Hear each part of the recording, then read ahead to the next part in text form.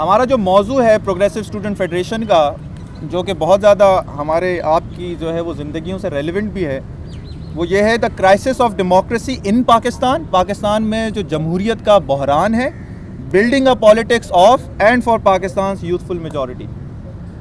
یعنی ایک ایسی سیاست کا جو ہے وہ ایسی سیاست کی شروعات کرنا جو کہ پاکستان میں نوجوانوں کی جو سیاست ہے اس کے ساتھ مماثلت کرتی ہو، ان کے جو ہے وہ سوالات کو، ان کے جوابات کو جو ہے وہ ایڈریس کرے. اس کے ارد گرد ہماری ڈسکشن گھومے گی اور اس ڈسکشن کو جو ہے وہ لیڈ کریں گے ہمارے جو ہے کامریڈ عاصم سجاد اختر. تو میں آپ کو فلور دیتا ہوں، آپ جو ہے وہ کانورزیشن کا آغاز کریں. اوکے، سب سے پہلے آپ پی آر ایس ایف کے جو ہمارے دوست ہیں وقاص اور جنرل سیکرٹری صاحب ابھی آ گئے ہیں، اور باقی جو تمام ساتھی ہیں، آپ سب کا میں مشکور ہوں کہ ہوا تو اس طرح ہے کہ میں نے ان سے رابطہ کیا کہ کراچی آنا ہو رہا ہے، تو اگر آپ لوگ کچھ مل بیٹھ سکیں اور ہم اس طرح کی چیز پر کوئی بات چیت کر سکیں، تو انہی کی وجہ سے یہ سب کچھ ممکن ہوا. اور پھر اس کے بعد جو باقی تمام ساتھی یہاں پہ آئے ہیں مختلف تنظیموں سے یا مجموعی طور پہ جو نوجوان جو طلبہ یا جنرلی جو ہمارے اس ترقی پسند تحریک سے آپ سب وابستہ ہیں، آپ کا بھی میں مشکور ہوں کہ آپ نے ٹائم نکالا. یہ جو موضوع ہے میرا خیال ہے کہ اس کا پس منظر تو کوئی بہت زیادہ اس کو بیان کرنے کی اتنی ضرورت اس لیے نہیں ہے، چونکہ ابھی جب میں صبح پنڈی سے نکل رہا تھا تو قافلے شہر کے اندر داخل ہونا شروع ہو چکے تھے. اس وقت تو صرف پی ٹی آئی کے قافلے تھے، لیکن ساتھ میں خبر یہ بھی ہے کہ لاہور سے بھی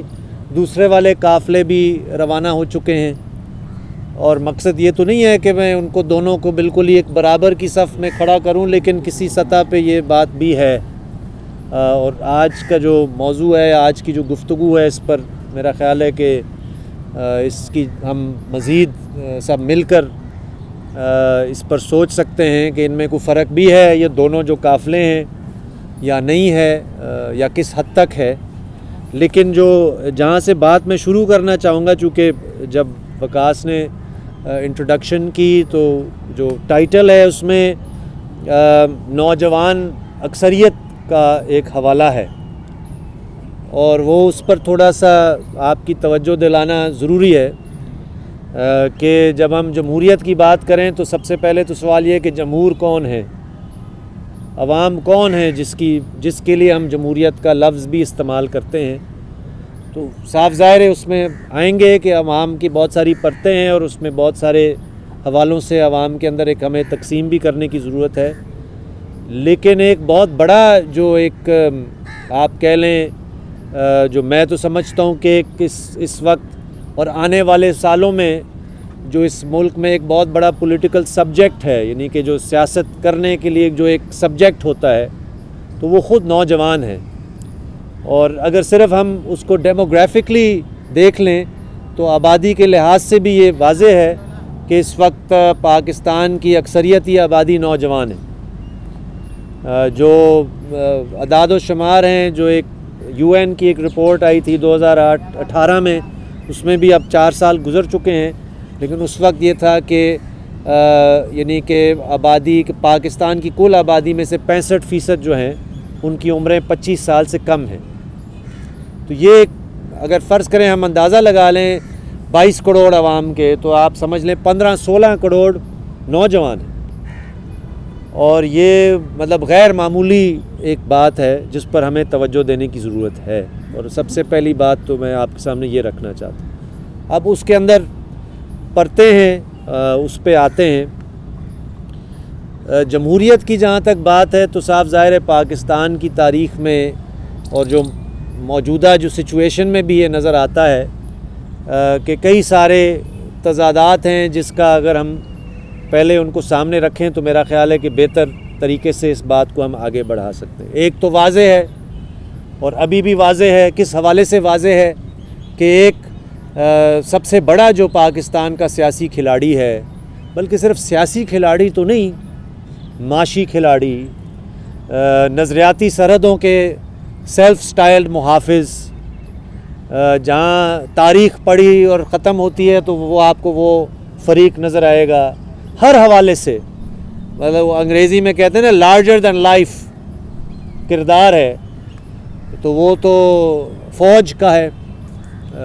اور تو اس وقت کی جو سارا کچھ جو ہلچل چل رہی ہے تو ہم بار بار سنتے ہیں کہ وہ نیوٹرل ہو چکے ہیں، اسی لیے یہ سب کچھ ممکن ہو رہا ہے، ووٹ آف نو کانفیڈنس وغیرہ وغیرہ وغیرہ. یعنی کہ پاکستان کی جمہوریت کا ایک طرح سے دار و مدار یہی ہے کہ سول اور ملٹری جو ایک تضاد ہے. لیکن آج جو ہمیں اگر اس بات تک ہی ہم رک جائیں تو میرا خیال ہے معاملہ وہاں پہ سیدھا نہیں ہوگا. اور یہی وجہ ہے کہ گائے بگائے ہماری مین سٹریم کے اندر یہ تاثر پیدا ہوتا ہے کہ چونکہ سول ملٹری والے مسئلے پر کسی نے کوئی تھوڑا سا مطلب عام حالات سے زیادہ کوئی بات کر لی، جیسے آج سے چند ماہ پہلے تک نواز شریف بھی لندن سے بیٹھ کر تقاریر کرتا تھا، یا مریم نواز کی مثال لے لیں کہ وہ ایک وقت تک ابھی بھی شاید کرتی ہوں گی، لیکن پچھلے عرصے میں اسلام آباد میں حفیظ بلوچ کا جو کیمپ لگا ہوا ہے، خرم بھی پچھلے دنوں آئے ہوئے تھے، تو میں نے تو مریم نواز پہ وہاں جاتے ہوئے ان کو نہیں دیکھا، جیسے کہ وہ آج سے 5-6 مہینے پہلے تک مسنگ پرسنز یا اس طرح کی ایشوز پہ بات بہت بڑھ چڑھ کر کرتی. تو سول ملٹری ایک بنیادی تضاد تو ہے اس ملک کے جمہوری سوال کے حوالے سے، لیکن واحد تضاد نہیں ہے. دوسرے تضادات بہت سارے ہو سکتے ہیں، اس میں آپ اضافہ بھی کر سکتے ہیں، لیکن وقت کی قلت کے لحاظ سے میرے نزدیک نیشنل کویسچن ایک بہت بڑا کویسچن ہے. اگر ہم جمہوریت کا سوال رکھیں، مثلا یہ دوست بلوچستان سے انہوں نے تعارف اپنا کروایا ہے، کبھی بلوچستان عوامی پارٹی ہوتی ہے تو کبھی کوئی اور راتوں رات بننے والی پارٹی ہوتی ہے. تو بلوچستان میں تو مجھے تو سمجھ بھی نہیں آتا کہ وہ جمہوریت کو ہم کس حوالے سے اس جمہوریت کہہ سکتے ہیں. کسی بھی ایسے دور کو جو پچھلے کم از کم جب سے بلوچستان اس ملک کا ایک صوبہ بنا، ایک وفاق کا اکائی بنا 1970 سے، اور یہ اس لیے اہم ہے چونکہ آج کل جی بی بھی عبوری صوبہ بننے کی بات ہو رہی ہے یا جو بھی ہے، تو بلوچستان کی تو وہ مثال ہے کہ وہ 1970 میں ایک آئین کا ایک بڑا ایک ان کا ایک مطلب ہے وفاق کا ایک اکائی ہے، لیکن 52 سال کے عرصے میں وہاں پہ تو جمہوریت نامی چیز تو مجھے تو نظر نہیں آتی. ہر الیکشن کے دور میں کوئی ڈگ ڈگی بجائی جاتی ہے اور ادھر ادھر سے بنا کر، اور آج وہی بلوچستان عوامی پارٹی میرا خیال ہے اپنے بالکل ہی ایک دوسرے جگہ پہ وہ ایک انہوں نے کلہ بازی لے کر اب وہی پی ٹی آئی یا وہی وفاق کے اندر وہ اپنی بالکل ہی ایک طرح سے 180 ڈگریز کے بیانات دینے لگ گئے ہیں. تو نیشنل کویسچن کی بات ہے، فاٹا کی بات ہے جو مرج ہوا 3 سال پہلے 4 سال پہلے، لیکن تمام شواہد یہ بتاتے ہیں کہ وہاں پہ وہی نظام رائج ہے،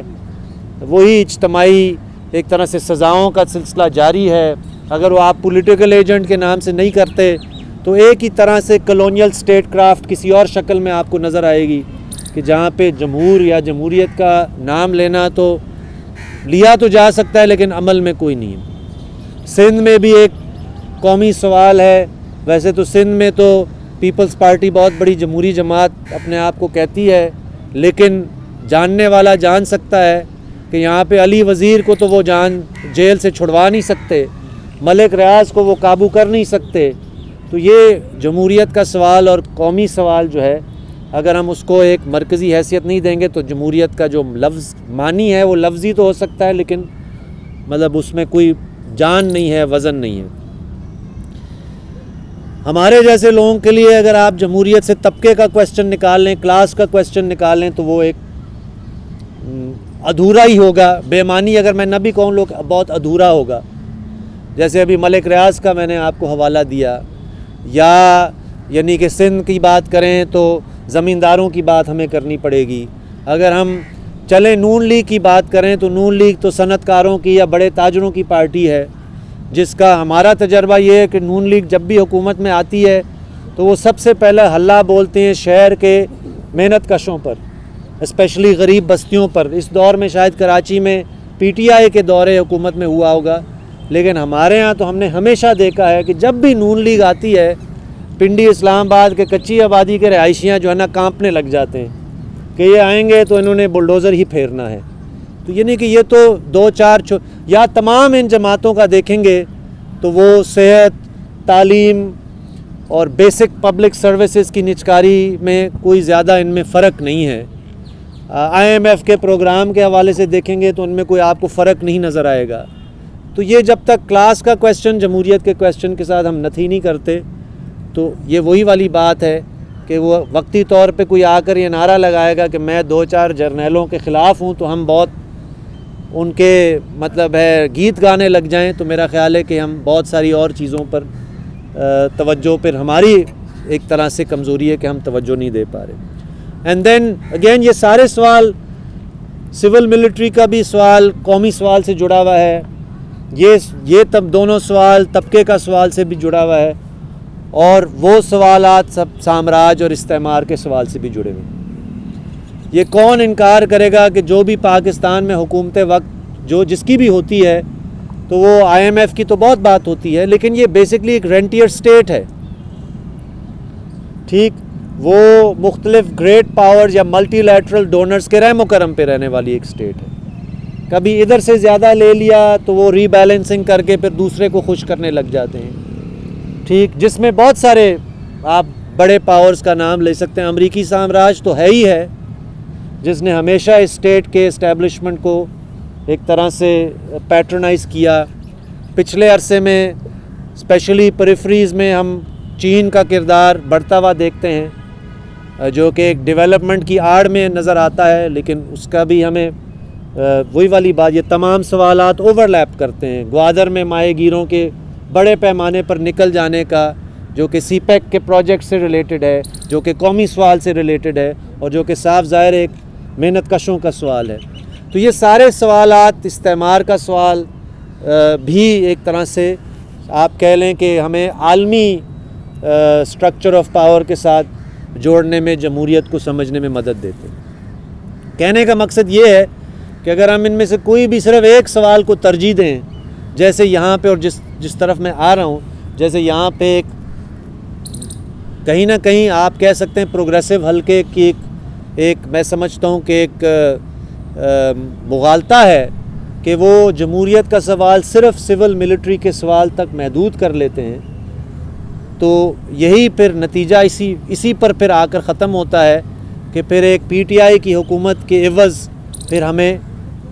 ملتی جلتی دوسری حکمران جماعتوں کو ہی پھر ترجیح دینی پڑتی ہے. اگر سول ملٹری ہی ہم واحد، اگر ان کی نیوٹرلٹی کا ہم نعرہ لگا دیں تو پھر یہی نتیجہ نکلتا ہے کہ ہمیں پھر اس وقت مین سٹریم اپوزیشن کا ہی بڑھ چڑھ کر ساتھ دے کر جو بھی وہ کریں گے ہمیں ان کی حمایت کر لینی چاہیے. اور یہ میں سمجھتا ہوں کہ یہ اس کا پھر جو اگر اس کو ہم مزید کھولیں اس بحث کو تو یہ پھر بحث ہمیں مجبور یا یہ حالات مجبور کرتے ہیں ہمیں کہ ہم اس کو دیکھیں جس کو میں کہوں گا کہ دنیا بھر میں لبرلزم کے کرائسس سے جوڑنا پڑے گا. کیونکہ یہ ایک نقطہ نظر ہے جو ایک لبرل نقطہ نظر ہے اور میرا مقصد یہ نہیں ہے کہ کوئی بھی اپنے آپ کو لبرل کہے تو ہم کہوں کہ میں ہمارا دشمن ہے، بلکہ ہم تو ان کو اپیل کریں گے کہ آپ اپنے تجزیے میں ذرا گہرائی لائیں، کیونکہ پھر آپ ہی مایوس ہوتے ہیں جب کسی ایک حکمران جماعت اپنے نعروں پر پورا نہیں اترتی اور پاکستان میں دودھ اور شہد کی نہریں نہیں بہنا لگ جاتی، جیسے بہت سارے PTI کے بارے میں خواب دیکھتے تھے. اور اس میں نوجوان بھی ایک نسل کا ایک سوال آتا ہے، اس پر میں مزید آتا ہوں، لیکن پہلے لبرلزم کے کرائسس پر بات میں کرنا چاہتا ہوں کہ یہ کیا، اس کا مراد کیا ہے. ایک تو اس میں یہ ہمیں بہت مدد ہوگی اگر ہم اس کو پھر پاکستان کو ایک عالمی تناظر میں دیکھیں. یہ جو عمران خان کا فنومنن ہے جو کہ اب کسی حد تک اپنے منطقی انجام تک پہنچ رہا ہے، تو وہ فنومنن کوئی اکلوتا فنومنن نہیں ہے اس پچھلے 10-12 سال کے عالمی تناظر میں. اسی عرصے میں ہمیں ڈونلڈ ٹرمپ کا فنومنن نظر آتا ہے، اسی عرصے میں ہمیں طیب اردوغان کا فنومنن نظر آتا ہے، اسی عرصے میں ہمیں بورس جانسن جیسے فنومنن نظر آتے ہیں. اسی عرصے میں آپ کو ایسٹرن یورپ جہاں پہ اس وقت ایک بہت بڑا مسئلہ چھڑ گیا ہے، بظاہر تو وہ اس وقت دنیا چیخ و پکار کر مطلب لبرل دنیا چیخ و پکار کر رہی ہے کہ بہت بڑا ظلم زیادتی ہو رہا ہے، لیکن اگر آپ یوکرین کی حالیہ تاریخ دیکھیں گے تو آپ کو زیلنسکی جو کہ بہت بڑا ہیرو بنا ہوا ہے لبرل دنیا کا، تو اس کی تاریخ دیکھیں گے، اس کی حکمرانی دیکھیں گے، اس کا حکومت میں آنے کا سامراج کی مدد دیکھیں گے، اس کی معاشی پالیسیاں دیکھیں گے، تو آپ کو اور بھی اس طرح کے وکٹور اوربان ہے ہنگری میں، وہ بھی ایک کردار ہے. ٹھیک، ہمارے ہاں ساتھ میں ہندوستان میں جس کے ہم گیت گاتے تھے، اور اس پر میں آؤں گا مزید تفصیل میں، ہم کہتے آ رہے ہیں کہ ہندوستان میں کم از کم کوئی نہ کوئی بورژوا جمہوریت کے تو وہاں پہ مطلب ہے ڈھانچے تو کم از کم پاکستان کی نسبت زیادہ تھے، لیکن وہاں پہ تو آپ کو نریندر مودی نظر آتا ہے، وہاں پہ آپ کو ہندوتوا مطلب ہے، میں اکثر شاید یہ انالوجی غلط ہو لیکن کسی سطح پہ تو ہمیں تاریخ کا ستیہ ناش کرنے میں ہے، ان کے سلیبس برباد کرنے میں، وہاں پہ میجورٹیرین نفرت کو پروان چڑھانے میں مجھے تو لگتا ہے کہیں نہ کہیں مودی وہ کام کر رہا ہے جو ضیاء الحق چاہتا تھا کہ میں اس حد تک کر سکوں. تو مقصد کہنے کا یہ ہے، یہ صرف پاکستان کا سوال نہیں ہے، ایک عالمی مطلب ایک بہت بڑا کرائسس ہے لبرل جمہوریت کا، کہ یہ وہ کردار ہیں جو الیکشن کے ذریعے اقتدار میں آتے ہیں، ٹھیک ہے کہ نہیں، اور وہ ایک خاص طرح کا چورن بیچتے ہیں کہ ہم ڈیولپمنٹ لائیں گے، ہم کرپشن کا خاتمہ. آپ دیکھیں گے تو وہ تقریباً ان کے ڈسکورسز ملتے جلتے ہیں. ہم نئے ہیں، ہم پرانے فرسودہ کرپٹ پولیٹیشین سے آپ کی جان چھڑائیں گے، ہم تو عادی ہیں چلیں، کیونکہ ہمارے ہاں تو ہر 20-25 سال بعد کوئی جرنیل یا جج آ کر یہ بات کرتا آ رہا ہے. لیکن جب باقی دنیا میں آپ دیکھیں گے کہ یہی چیزیں جو ہم 1958 کے کو سے سنتے آ رہے ہیں، تو اس کا مطلب ہے کہ پھر ہمیں بھی اپنی تھوڑی سی ذرا سا مطلب ایک ویژن وسیع کرنا چاہیے کہ پاکستان کوئی اکلوتا اس بحران کی مثال نہیں ہے. اس کو سمجھیں ہم کیسے کہ یہ کیا اچانک ہوا ہے کہ ہندوستان کی یا امریکہ کی یا برطانیہ کی یا جہاں جہاں کے بھی جو مطلب ہم کہتے تھے ہم چلیں، آپ مین سٹریم کے مفکر کہتے تھے کہ یہ جمہوری ملک ہے، تو یہ کیا ہوا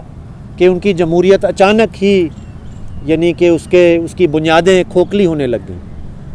پہلی تو بات یہ کہ اچانک نہیں ہے، یہ پھر اگر اچانک ہم سمجھ رہے ہیں تو اس کا مطلب ہمارا خود بھی تجزیہ ذرا سطحی تھا. یہ اچانک نہیں ہے، اور اس کو سمجھنے کے لیے ہمیں ذرا ماضی میں جانا پڑے گا، یعنی کہ ہمیں نوآبادیات کے دور میں جانا پڑے گا، کیونکہ نوآبادیات کے دور میں تو جمہوریت تو ہمارے ہاں تو تھی نہیں.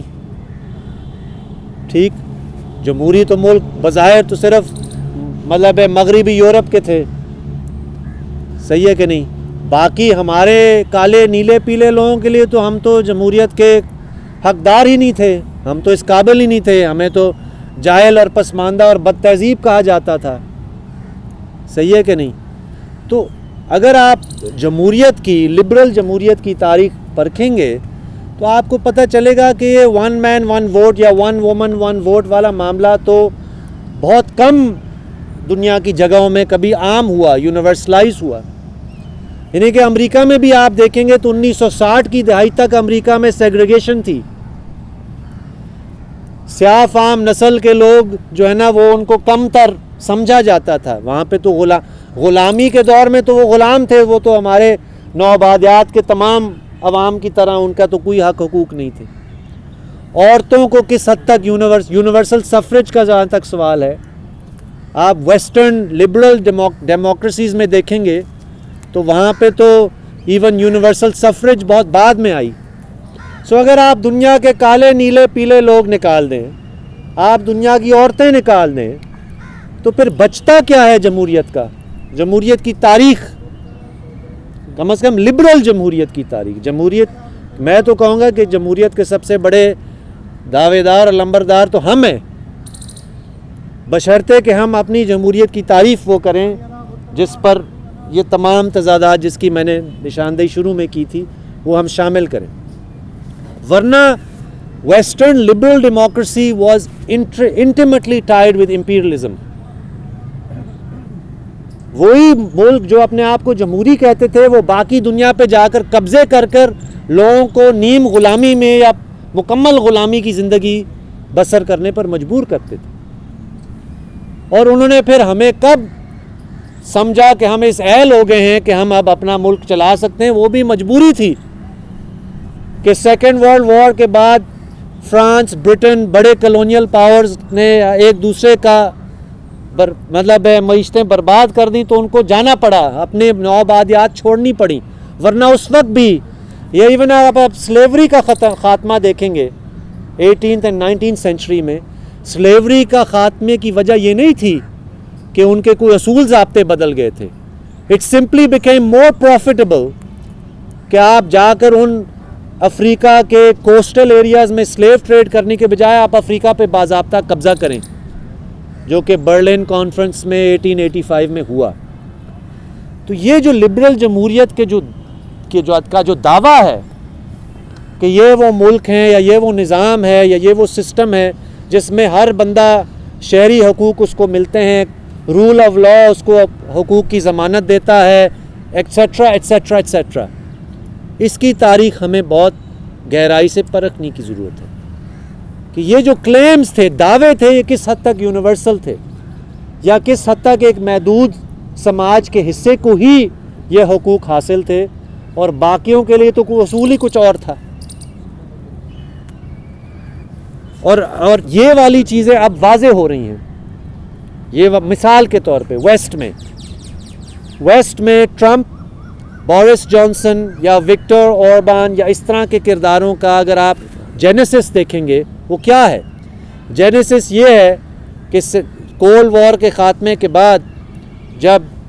دودھ اور شہد کی نہریں گلوبلائزیشن کی آڑ میں بہنے لگیں تو کیا ہوا، اور یہ خود انہوں نے اپنے مختلف معاہدوں کے تحت کیا، فری ٹریڈ، جیسے امریکہ میں North American free trade agreement ہوئی امریکہ، کینیڈا اور میکسیکو کے درمیان. اس کے عوض کیا ہوا کہ میکسیکو سے چیپ لیبر آنا شروع ہوا امریکہ کے اندر، اور امریکہ کی انڈسٹری جو ہے، جو ہائی ویجز یونینائزڈ لیبر کی وجہ سے انہوں نے محسوس کیا کہ ہم اس کو آؤٹ سورس کر دیں، جو کہ آپ کو پتہ ہے پوری دنیا میں western capitalist countries deindustrialize ہوئی ہیں، کیونکہ ان کی صنعتیں جو ہے نا خود انہوں نے جا کر دوسرے ملکوں میں اپنی پروڈکشن کا آغاز کیا، کیونکہ وہاں پہ محنت ان کو سستی در ملتی تھی. نتیجہ کیا نکلا؟ وہاں کے کھرب پتی ارب پتیوں نے تو بہت پیسہ کمایا، لیکن خود مثال کے طور پہ یورپ کی، امریکہ کی وائٹ ورکنگ کلاس جو ہے نا اس کے سٹینڈرڈ آف لیونگ گرا، کیونکہ امیگرنٹ لیبر جو اندر ملکوں کے اندر آیا تو وہ کم داموں پہ کام کرنے کے لیے تیار. نتیجہ کیا نکلا کہ چرچا مچ گیا کہ یہ تو ہماری صنعت لے گئے. کون لے گیا جی؟ چین لے گیا یا کوئی کالا نیلا پیلا لے گیا. یہ نوکریاں لے گی، کون لے گی؟ یہ جو امیگرنٹ لیبر آیا. اینڈ دیٹ ایکسپلینز وائی آپ کو ریسزم، میجورٹیرینزم جو کہ آپ کو ٹرمپ یا بوجو یا اس طرح کے لوگوں کے ڈسکورس میں ملتا ہے. اس پر وہ بات نہیں کرتے کہ معیشت کیا ہے جس نے اس طرح کی تمام ری ایکشنری سینٹیمنٹس کو جنم دیا. اس پر وہ بات نہیں کرتے کہ مثلا آج کل آپ دیکھ رہے ہیں روسی اولیگارک بڑے برے اولیگارک ہیں، جیسے کوئی امریکی اولیگارک بڑا اچھا ہوتا ہے یا پاکستانی اولیگارک اچھا ہوتا ہے. صرف برے اولیگارک روسی ہوتے ہیں. یعنی کہ جو فٹ بال کے پسندیدہ لوگ ہیں، میں فٹ بال بہت یہ جو چیلسی کا جو اونر ہے رومن ابرامووچ، جس کی سارے ایسیٹس جو ہے نا برطانیہ میں فریز، ایسا لگ رہا ہے کہ جیسے کسی کو پتہ نہیں تھا کہ رومن ابرامووچ پچھلے 20 سال سے کیا کر رہا ہے. برطانیہ میں بھی وہ مال کما رہا ہے،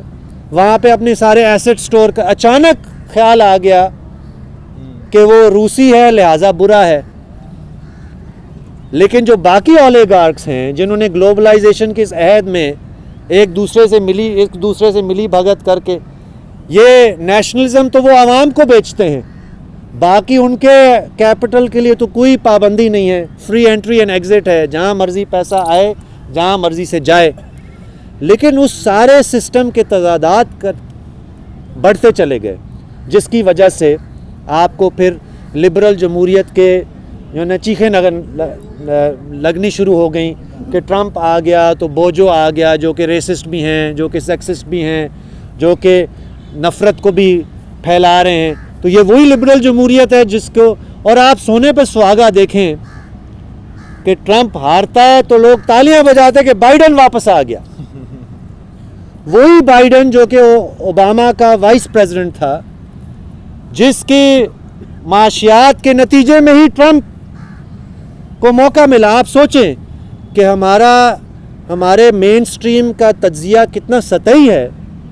کہ 2016 تک کی تاریخ جو کچھ تھی اس کو بلا کر 2020 میں ہم پھر سے اسی بندے کے لیے شکر الحمدللہ کہ بائیڈن آ گیا.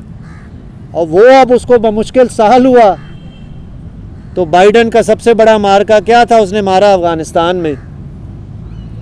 جس کا آپ دیکھ رہے ہیں کہ پچھلے 6-7 مہینے سے، اور اس کا بھی ہم جانتے ہیں. یہ بھی آپ کو یاد ہوگا اگر کسی کو یاد ہو، 2001 میں جب افغانستان پر امریکہ کا حملہ ہوا تو یہ ایک بہت ٹھوس اور مضبوط رائے تھی یہاں پہ بہت سارے and I put it in inverted commas ترقی پسندوں کی، کہ شکر ہے کوئی تو آ کر مولویوں کو کوٹ لگائے گا. تو وہ کتنے کوٹ لگی، وہی مولوی واپس آ گئے اور مضبوط ہو کر آئے. افغانستان کا ستیہ ناش ہو گیا. لیکن آج بھی یہ بات نہیں کوئی کرتا کہ اس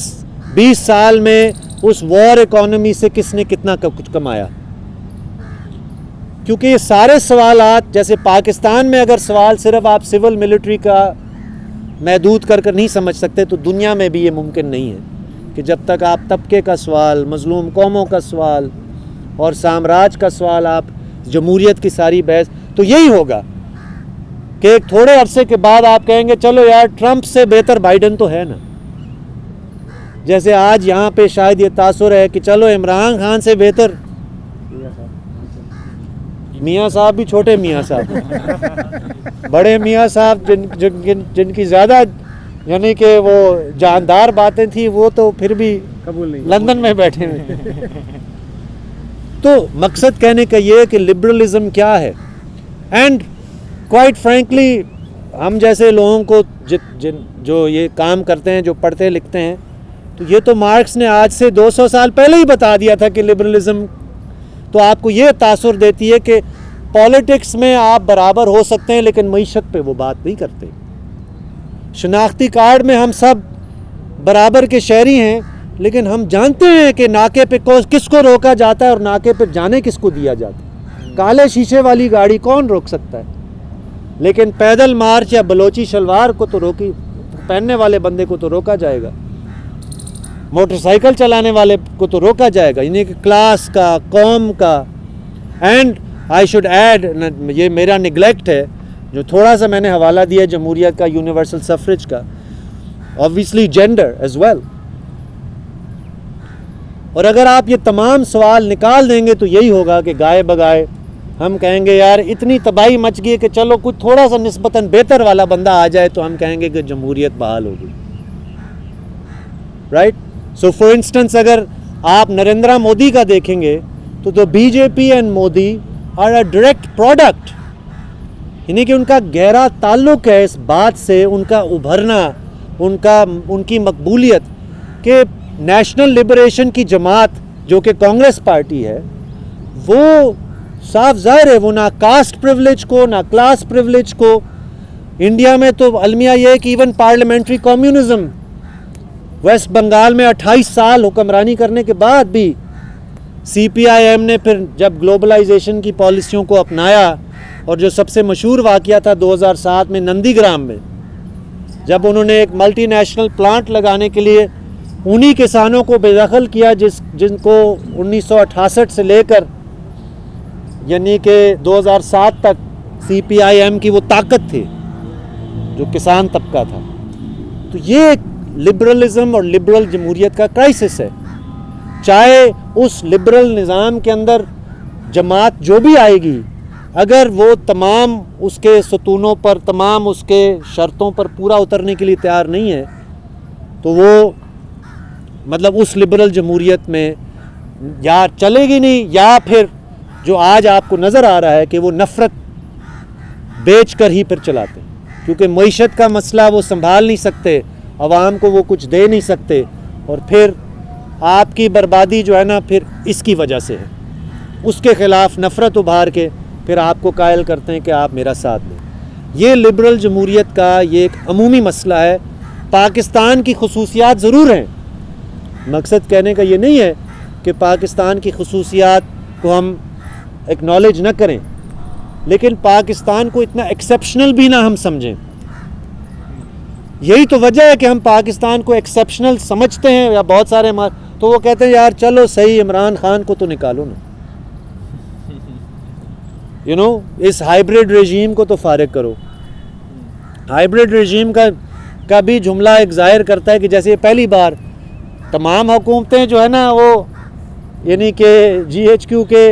عشیرباد سے آ کر پھر ان کے ساتھ جب تک ان کا موقع چلتا تھا تو وہ حکومتیں چلتی تھی، ورنہ so in a sense there is something new about the PTI، لیکن اتنا بھی کوئی نیونس نہیں ہے۔ اب نیونس کیا ہے اس پہ آتے ہیں، اور اس پچھلی والی بات سے مطلب جو میں ایک جو ٹھوس بات رکھنا چاہتا ہوں کہ آپ لبرل یا کانسٹیٹیوشنل حل نہیں ہے اس مسئلے کا۔ جیسے ہمارے ہیں نا آپ کہیں رول آف لا آ جائے، وہ بھئی لا ہی تو مسئلہ ہے، لا ہی تو امپاور کرتا ہے اسٹیٹ کو۔ 1894 کا کلونیل لا ہے کہ بھی جب ملک ریاض نے تباہی مچانی ہے اور کوئی حل نہیں ہوتا تو وہ 1894 کا لینڈ ایکوزیشن ایکٹ نکال لیتے ہیں کہ پبلک پرپس، وہ گوادر میں ہو یا وہ یعنی کہ تھر میں ہو یا کسی بھی جگہ ہو یا شہر کے اندر ہو، تو آپ دیکھیں گے جو کچھ اورنگی نالہ یا گجر نالہ میں وہ بھی لا کے کہیں نہ کہیں مطلب حوالہ دے کر اس کے آسرے پہ۔ سو دیر از نو رول آف لا یا لیگل ریمیڈی، ٹھیک ہے۔ یہ جو لیگل ریمیڈی ہم کہیں کانسٹیٹیوشن بحال ہو جائے، تو کانسٹیٹیوشن میں چلو آرٹیکل 3 میں کمیونسٹ مینیفیسٹو کا بھی کوئی شک ہے، لیکن کانسٹیٹیوشن میں بڑی خوفناک چیزیں بھی ہیں۔ تو اگر ہم کہیں کہ صرف کانسٹیٹیوشن بحال ہو جائے تو سب اچھا ہو جائے گا، مائی پوائنٹ از ٹو سے کہ یہ ممکن نہیں ہے۔ اینڈ اگر اس سے آپ آگے نہیں بڑھیں گے تو یہی تو وجہ ہے کہ کوئی وقتاً فوقتاً کوئی عمران خان جیسا بندہ ڈگڈگی بجاتا ہے تو چند لوگ اس کے پیچھے بھی چل پڑتے ہیں کہ ہاں چلو یار یہ تو کرپٹ نہیں ہے، یہ تو لا کی لاٹھی سب پر برابر یعنی کہ نافذ کرے گا، جو کہ آف کورس نہیں کرے گا، مطلب وہ بھی نہیں کرتا، لیکن وہ حل بھی نہیں ہے۔ Now اس میں پی ٹی آئی کا جو نیا پن ہے، اگر کسی حد تک نیا پن ہے، وہ میرا خیال ہے پی ٹی آئی کا کم اور وہ ڈیموگرافک ایک پہلو تھا جس سے میں نے بات شروع کی تھی کہ چونکہ ایک نئی نسل جو کہ آپ کہہ سکتے ہیں، اور میں سمجھتا ہوں کہ اس پہ یہاں پہ ہماری بات وکاس نے شاید اعلیٰ شعوری حوالہ دیا، شعوری میرا خیال اس حوالے سے ہے، خرم بھی اس دور کے ہی پیداوار ہیں ہم سب، کہ بیسکلی 99 کے کو میں اور پھر اس کے بعد جو 4-5 سال تھے، یہ ایک فیکٹ ہے جس کو پھر عمران خان نے بہت چلایا اور پی ٹی آئی نے بہت اس پر کیپچر کیا۔ پاکستان میں جس کا میں ڈیموگرافک آپ کو بتا رہا تھا کہ 65% آبادی نوجوانوں پر مشتمل ہے، تو اس کی شروعات ہمیں مشرف کی آمریت میں نظر آتی کہ ایک نوجوان نسل پولیٹیسائز ہو رہی ہے، جو کہ سابقہ ادوار میں مطلب ایک طرح سے سیاسی ہوش سنبھال رہی۔ اس میں ایک پہلو یہ بھی تھا کہ ایک نیا میڈیم بھی تھا، ڈیجیٹل میڈیم، جو مشرف کے دور میں ہی مطلب عام ہونا شروع ہوا، پہلے T V and then slowly digital spaces. 2007 میں خرم کو یاد ہوگا کہ 2007 کی جو طلبہ تحریکیں تھیں ایمرجنسی کے خلاف، جب ہم نے آپس میں پنڈی، کراچی، لاہور، بڑے شہروں کے پروگریسوز نے ایک دوسرے، اس وقت عمران خان ہمارے جلسے جلوسوں میں آتے تھے اور ان کو سمجھ آیا، میرا خیال انہوں نے یہ دیکھا کہ جی یہ نوجوان کچھ یہ نئے طرز کے پروگریسو نوجوان کچھ مطلب حرکت کر رہے ہیں، اور ڈیجیٹل ہمارے پارٹی کے اب پنجاب کے صدر ہیں، اس وقت وہ طالب علم تھے، اتفاق سے میرے ہی اسٹوڈنٹ تھے، عمار رشید، تو 2007 میں انہوں نے ایک ڈیجیٹل ایک نیوز پیپر شروع کیا تھا، دی ایمرجنسی ٹائمز۔ تو یہ ایک نئی نسل تھی، پولیٹیسائز ہو رہی تھی، جس نے ڈیجیٹل سپیسز کو بھی استعمال کرنا شروع کیا. پی ٹی آئی نے اس بات کو بہت چلایا, یوتھ کی پارٹی, ان لوگوں کی پارٹی جو کہ پرانی سیاست سے بدظن ہو گئے ہیں. اب یہ نعرہ تو پرانا تھا کرپشن والا, یا ہم سیاستدانوں کو صفایا کریں گے, لیکن اس میں جیسے میں نے کہا نا, نیا پن یہ تھا کہ ایک ڈیموگرافک تبدیلی آ رہی تھی سماج میں, جس کے اوپر پھر پی ٹی آئی نے بہت اپنی پاپولیرٹی گین کی. انہوں نے اپنی ممبرشپ ڈیجیٹائز کی, یہ پہلے کسی نے نہیں کی. ٹھیک, انہوں نے جیسے ٹرمپ نے مثال بنائی کہ آپ کو مین سٹریم میڈیا کی ضرورت نہیں, آپ ٹویٹر پہ ہی, Trump at his peak had something like 60 million followers. ٹھیک, تو عمران خان نے بھی اس طرح کے میڈیا کو استعمال. So this combination of using digital spaces جو ابھر رہے تھے, یوتھ کا نعرہ لگانا, اور پھر پرانا نعرہ کہ ہم آ کر صفائی کریں گے,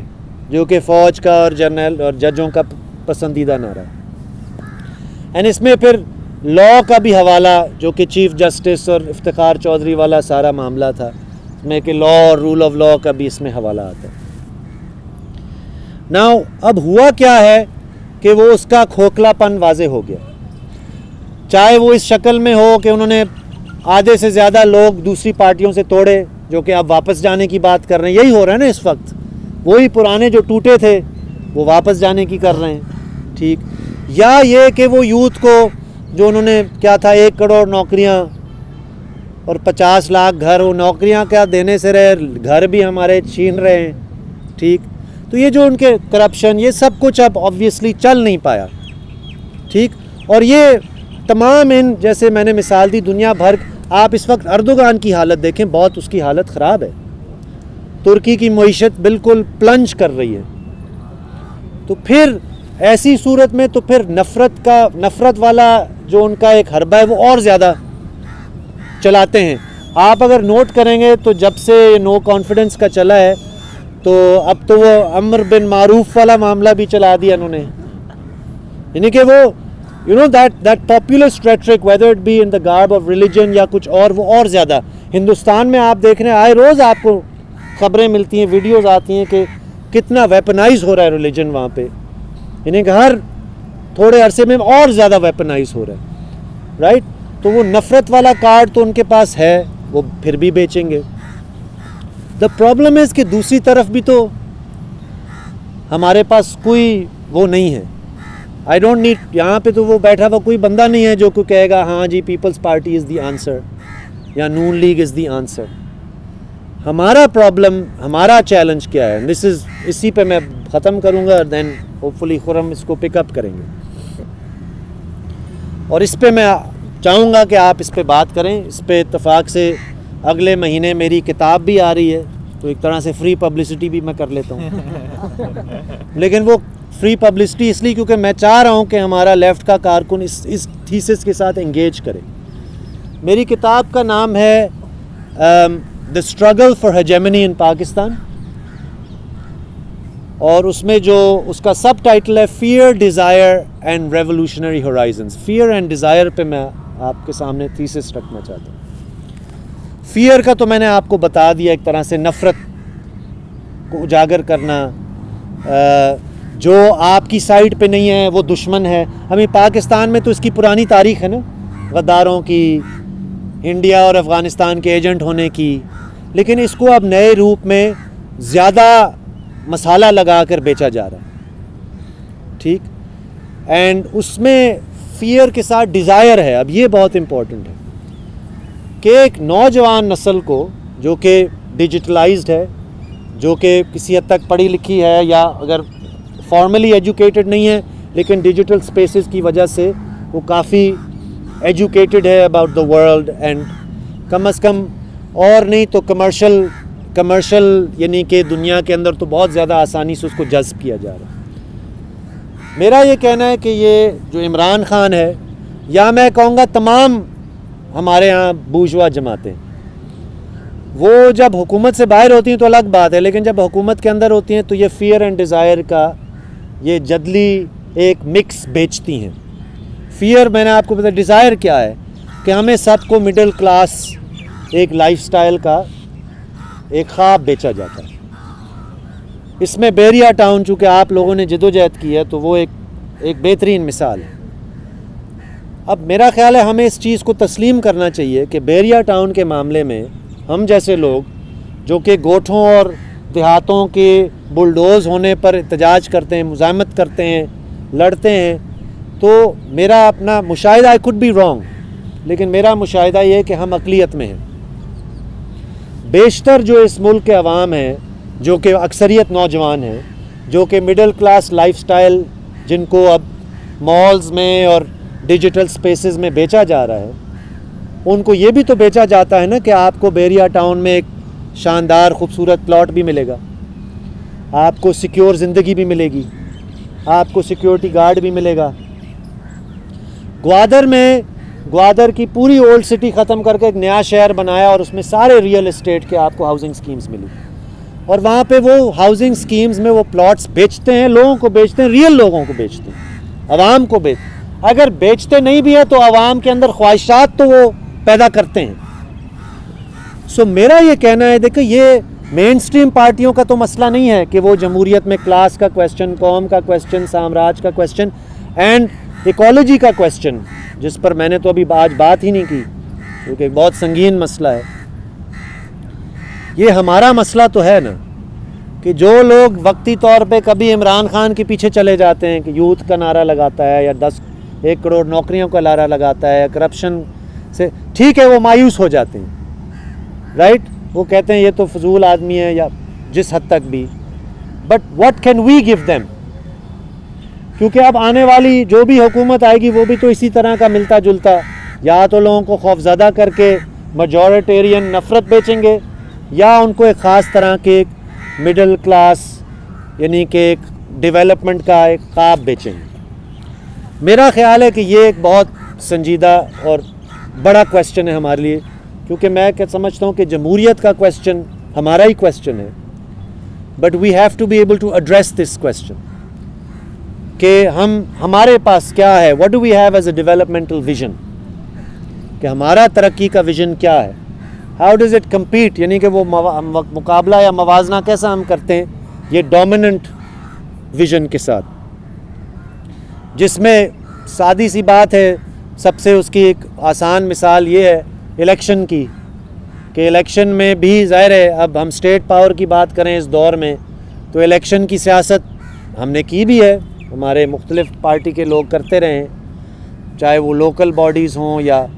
یا قومی اسمبلی کے الیکشن کی بات ہو. بٹ آپ مجھ سے بہتر جانتے ہیں کہ الیکشن لڑنا یہاں پہ یعنی کہ ایک آپ لوکل باڈی الیکشن میں, ہم نے 2016 میں لوکل باڈی الیکشن پنڈی اسلام آباد میں لڑا اور ہم نے بہت اچھی کیمپین چلائی,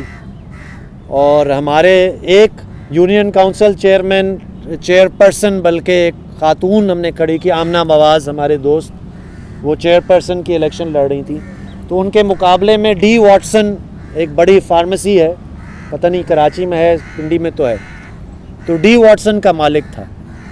تو ہم نے معلوم کیا کہ یار ڈی واٹسن کا جو مالک جو چیئر پرسن کا 2 کروڑ روپے اس نے لگائے, اور وہ لوکل باڈی کا الیکشن. تو اگر ایم پی اے کا الیکشن ہے, اس لیے تو ملک ریاض درکار ہے تمام بڑی پارٹیوں کا کہ وہ بینک رول کرتا ہے. سو یہ سارے جو سوال ہیں, ایون اسٹیٹ پاور کا سوال ہے, it all forces us to confront this question of کہ بھئی ڈیولپمنٹ کا ویژن کیا ہے. ہاں آپ لوگوں کو کیونکہ لوگوں کے پاس تو اس وقت بھی آپ دیکھیں کہ قیمتیں آسمان کو چھو رہی ہیں, لیکن دیر از نو پاپولر اس طرح بڑے پیمانے پر آپ کو سڑکوں پہ, کیونکہ عام بندہ, میں کہتا ہوں پڑھا لکھا آدمی بھی, وہ اتنا اس کامن سینس کو اپنا چکا ہے کہ سیاست کیا ہے, سیاست بڑی پارٹیوں میں کسی ٹیل کے ساتھ دینا, کسی بڑے آدمی کو ایم پی اے جو کہ آپ کے تھانے کچہری کے مسئلے حل کرے گا, یا آپ کی نوکری لگوائے گا, یا آپ کی سفارش کروائے گا. یہ اتنا ڈیپلی, ہاں نوجوان نسل میں ایک ریزنٹمنٹ بھی ہے, ایک شعور بھی ہے جو کہ فیس بک اور ٹویٹر پہ نظر آتا ہے, لیکن عملی پالیٹکس میں ٹھیک ظاہر ہے کراچی بچاؤ تحریک میں آپ نوجوانوں کو جوڑتے ہیں, ہم شہر میں تحریک چلاتے ہیں, ہم نوجوانوں کو جوڑتے ہیں, لیکن آپ اور میں یہ سمجھتے ہیں کہ نیور دی لیس ہم پھر بھی تھوڑے ہیں, اور نوجوانوں کی کا بڑا حصہ ابھی بھی اس فیئر اینڈ ڈیزائر کے کامن سینس میں جکڑا ہوا ہے. ہم نے اس کو یہ دکھانا ہے کہ جو آپ کو خواب بیچا جا رہا ہے یہ تو 100 میں سے 1 کا تو پورا ہوگا, 99 تو پھر بھی بے یار و مددگار رہ جائیں گے. لیکن وہ آسرے پہ تو پھر بھی شاید ہے کہ نہیں وہ میں 1 ہو جاؤں گا, 99 بے شک کوئی اور ہوں گے. تو we have to be able to, یہ تو ڈوئل پاور کا تو پرانا تصور ہے کہ اگر ہم نے اسٹیٹ پاور لینا بھی ہے تو ہم جاندار عوام کی طاقت کے بغیر کچھ بھی نہیں ہو سکتا. اور یہی تو آپ کو بڑی پارٹیوں میں نظر آتا ہے. مطلب حیران کن بات ہے کہ اس وقت کہا جا رہا ہے کہ پاکستان میں بہت بڑی ہلچل چل رہی ہے نا, لیکن نظر نہیں آتی کوئی ہلچل. کیونکہ ہلچل صرف یہی ہے نا کہ جو 12 MNAs ادھر گئے تھے تو ان کو ٹوٹ کر ادھر لے جاؤ. باقی تو سماج میں ہلچل تو نہیں ہے. اگر میں غلط ہوں تو آپ مجھے بتائیں. ہلچل اس حد تک ہے کہ جو ابھی گاڑیاں آ رہی ہیں اسلام آباد کی طرف تو وہ جس طرح سپورٹرز جمع کر گاڑیاں بھر کر لے جائی جاتی ہیں وہ آپ اور میں جانتے ہیں. سو ان اے سینس ہمارا چیلنج یہ ہے کہ اس یوتھفل میجورٹی کو جس کو ہم اپیل تو کرتے ہیں لیکن بہرحال جس نے ابھی تک میرا خیال ہے یقین نہیں کیا ایک ریئل مطلب ہے ٹرانسفارمیٹیو پالیٹکس, ریولوشنری پالیٹکس کی طرف جانا. آبویسلی اس کے کاسٹ ہائی بھی ہیں اور کوئی گارنٹی بھی نہیں ہے کہ ہم آپ کو کل نوکری لگوا دیں گے, لیکن یہ ہمارا چیلنج ہے. تو میں اس کو سمجھتا ہوں کہ یہ چیلنج ہمیں 2 طرح سے دیکھنا چاہیے. گرامشی اکثر کہتا ہے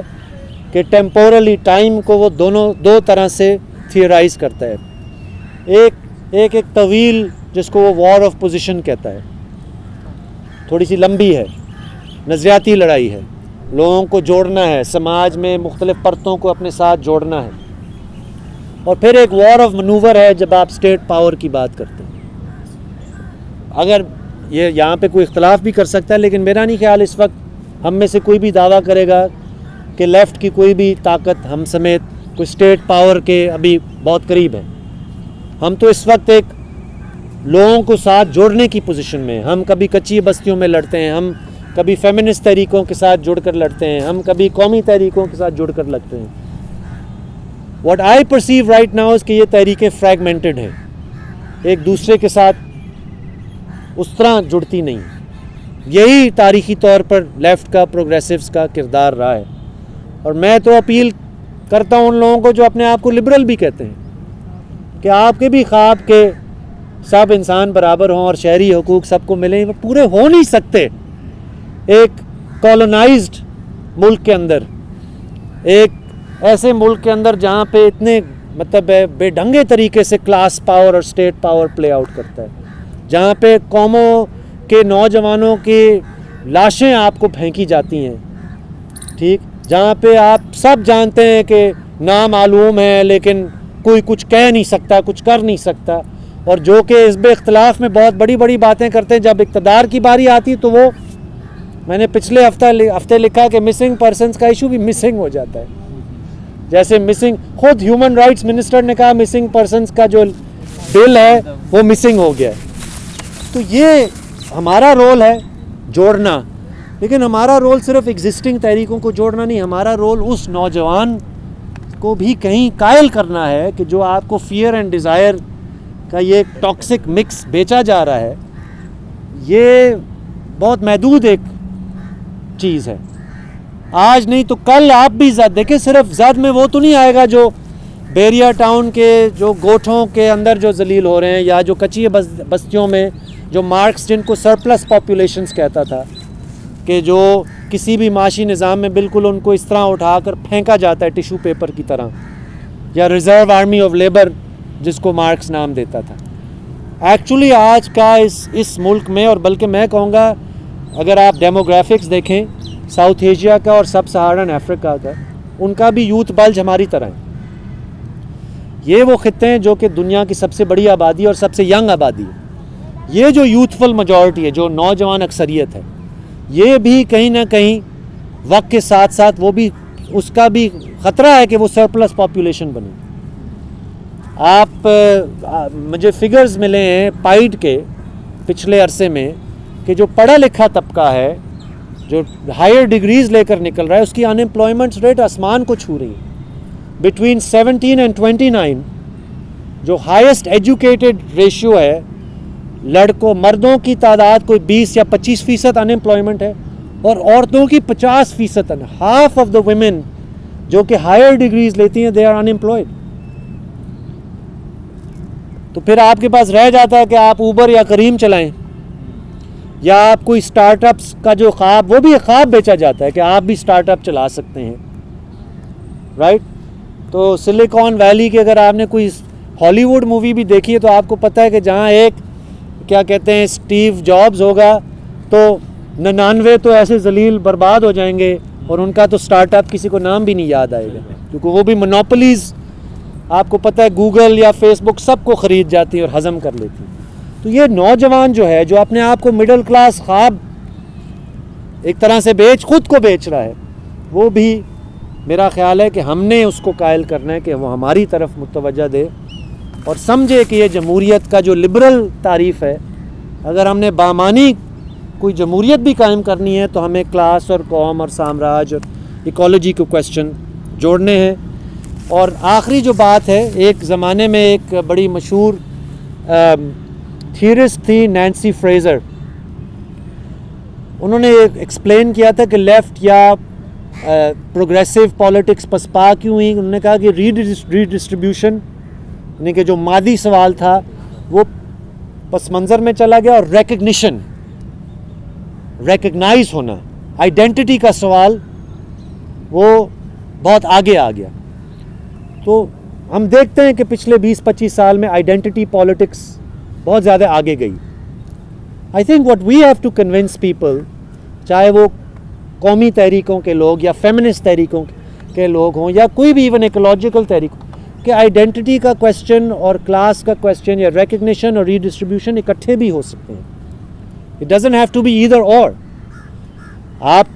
ریکگنائز بھی ریکگنیشن واقعی ایک انسان کا کسی مظلوم گروہ کا ایک مسئلہ ہوتا ہے,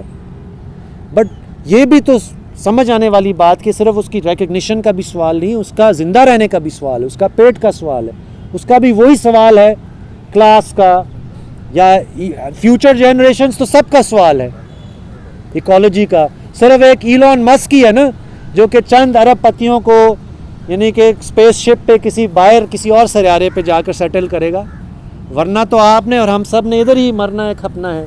اگر زمین پانی ماحولیات کا سوال سنگین ہوتا چلا گیا. تو ہمیں فیس بک اور ٹویٹر کے انقلابیوں کو کہنا چاہیے کہ آئیں ہمارے ساتھ بھی کچی بستیوں میں آئیں ہمارے ساتھ فری ایجوکیشن اور ہیلتھ کے لیے بھی اسٹرگل کریں. صرف یہ نہیں کہ اگر آپ کوئی پرائیویٹ یونیورسٹی میں جیب اجازت دے تو آپ چلے جائیں, باقی آپ ترقی کر جائیں گے. We have to convince people کہ یہ جو فیئر اینڈ ڈیزائر والا ایک دوسرے سے کمپیٹ کرنا, سیاسی بڑے اشرافیہ کی ٹیل بننا کہ کچھ بڑی تبدیلی تو آ نہیں سکتی, یہ ہم نے, کیونکہ دوسری طرف تو آپ کو نظر آ رہا ہے یہ دائیں بازو کی تحریکیں, اور ہمارے ہاں صرف یہ پاپولسٹ نہیں ہیں, ٹی ایل پی ہیں, طالبان ہیں, اس طرح کی بھی چیزیں ہیں جو کہ بہت اگر مٹیریل حالات خراب ہوں اور لوگوں کو لگے کہ ہم تو بالکل ہی کچھ نہیں ہے تو پھر اس طرف بھی جایا جا سکتا ہے, اور وہ ہو رہا ہے. اور مجھے معلوم ہوا کہ ایون سندھ میں ٹی ایل پی نے اچھی خاصی پذیرائی حاصل کرنا شروع کی ہے, جو کہ بہت ہی خطرناک بات ہے کہ یہ کیسے سندھ کی دھرتی پہ. سو یہ ایک مطلب تھا, اینڈ آئی تھنک کہ انٹرنیشنلسٹ ہم ہمیشہ سے رہیں, ہمیں پراؤڈلی آج بھی انٹرنیشنلسٹ ہونے کی ضرورت ہے, چاہے وہ پاکستان کے اندر قوموں کو ایک دوسرے کے قریب یا نفرت کی سیاست سے تجاوز کر کے یعنی کہ کی بات ہو یا عالمی سطح پہ. لیکن لبرل جمہوریت نہ پہلے حل تھا نہ آئندہ حل ہے, اور اگر ہم اس کی مطلب تعریف عام نہ کر سکیں کہ ہمیں کوئی گہرائی میں جا کر کوئی جمہوریت کی ایسی تعریف اور ایسا کوئی متن بنا کر ہمیں اس کے لیے جدوجہد کرنی ہے, تو میرا خیال ہے کہ ڈگڈگی کوئی نہ کوئی آ کر ہر تھوڑے عرصے کے بعد بجائے گا, نوجوان اس کے پیچھے آسرا کریں گے, چلیں گے, مایوس ہو کر پھر اور زیادہ خطرناک فیئر اینڈ ڈیزائر کے مکس کی طرف بڑھیں گے. تو یہیں پہ میں بات روکتا ہوں. باتیں تو کافی کی ہیں, امید کرتا ہوں کہ کچھ نہ کچھ آپ کے پلے پڑا ہے, اور پھر اب آگے بات دوست اور چلائیں. بہت شکریہ دوستوں.